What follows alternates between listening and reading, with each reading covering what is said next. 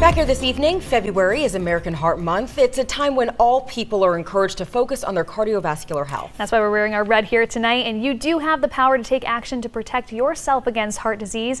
And joining us live here in the studio tonight are Dr. Nimish Shah, a cardiologist with Bay State Health, and Dr. Andrew Goldzweig, the director of the Cardiac Catheterization Laboratory. Thank you both for being here with us tonight. Thanks for having us. Thanks for having us. So, Dr. Goldzweig, lifestyle can play a huge role in your heart health, right? And how much, being overweight can also increase your risk for heart problems.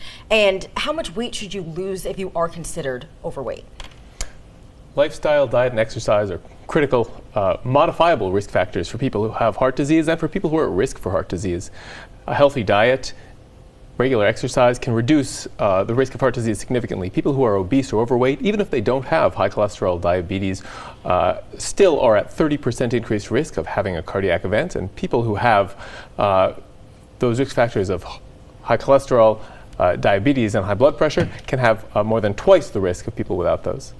Now, what about alcohol? What kind of effect can that have on your overall heart health? Sure. So alcohol can be associated with heart problems. The problems that we get concerned about tend to be things like atrial fibrillation, but alcohol in excess can also increase the risk of uncontrolled high blood pressure. It can increase the risk of heart failure. And so we generally recommend that women consume no more than 1 to 2 alcoholic beverages a day, and men no more than 2 to 3 a day to help minimize that risk. Yeah, and Dr. Goldzweig, during the last half hour, we talked about some of the more non-invasive procedures that are available out there. Can you tell us about them? Yeah. Earlier we talked about using things like coronary stents to open up blocked arteries and using transcatheter valves to replace damaged heart valves. Dr. Shah briefly mentioned atrial fibrillation.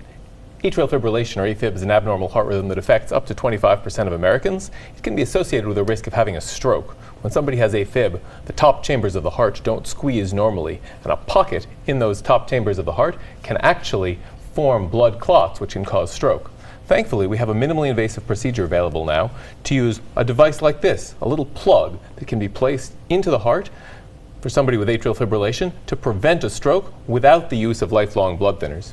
At Bay State, we're even fortunate to have trial devices, novel devices that are used for this type of procedure.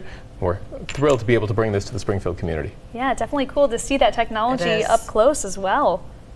So, yeah, all right. Well, thank you. Very valuable information here tonight. Thank you both, Dr. Shah and Dr. Goldzweig, both of Bay State Health, for being here with us tonight. We really do appreciate your insight. Thanks for having us.